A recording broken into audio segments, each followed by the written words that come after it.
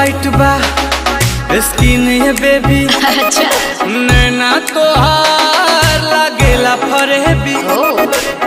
जवनिया के राज खोला, बोला ये जान बोला, नहाता रुके करनाल से।